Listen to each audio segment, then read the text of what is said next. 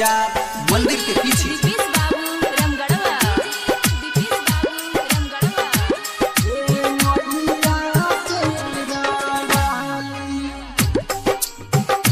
Recording by VS recording studio Motihari. काहिनी के डार बिराजिले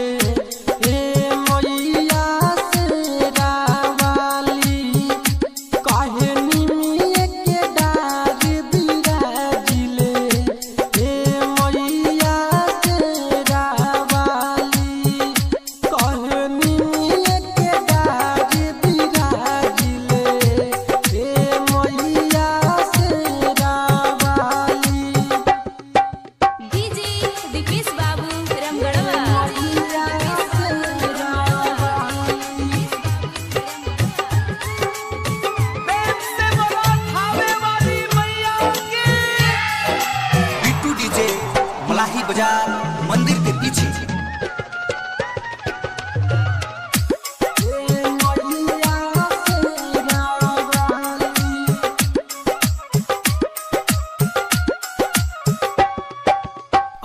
छत्ती चंदनी ओढ़ौल के फूलावा रउए पूजन चढ़ी।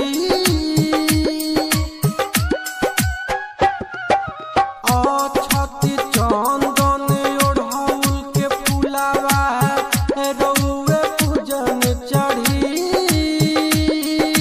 बेली चमेली देख परी गइले फीका। बेली चमेली देख परी गइले फीका। ओढ़ौल पर मैया लुभैलू ए मैया शेरावाली। काहे निमिये के डार बिराजिले ए मैया शेरावाली। काहे निमिये के डार बिराजिले ए मैया शेरावाली। काहे निमिये के डढ़िया बिराजिले ए मैया शेरावाली। डीजे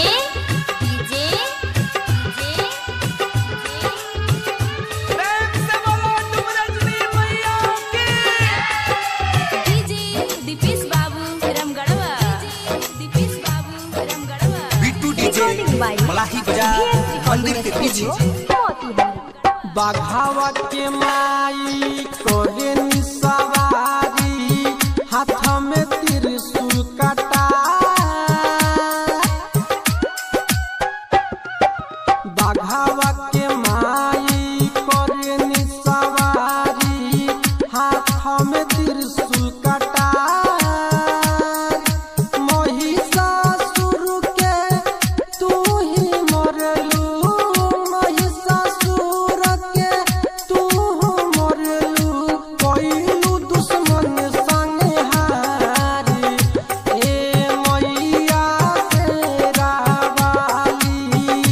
काहे निमिये के डार बिराजिले ए मैया शेरावाली।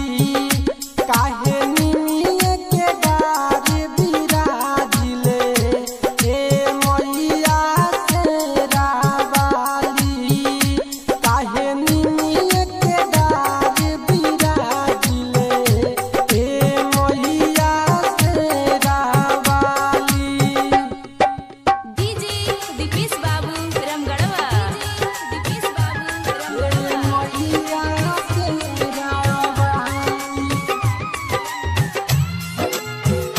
प्रेम से बोलो खावे वाली मैया की। बिट्टू डीजे मलाही बाजार मंदिर के पीछे।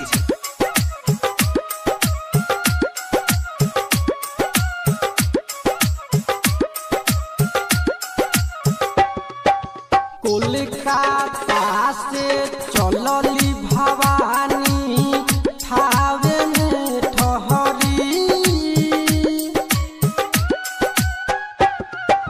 कोलकाता से चलली भवानी थावे में ठहरी।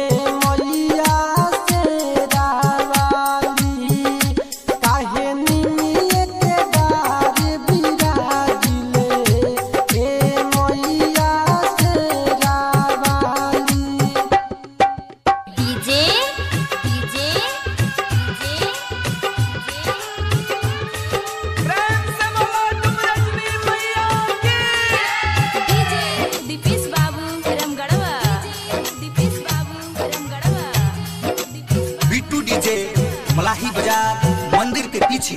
पवनिया सुख सजाद सुकेश बन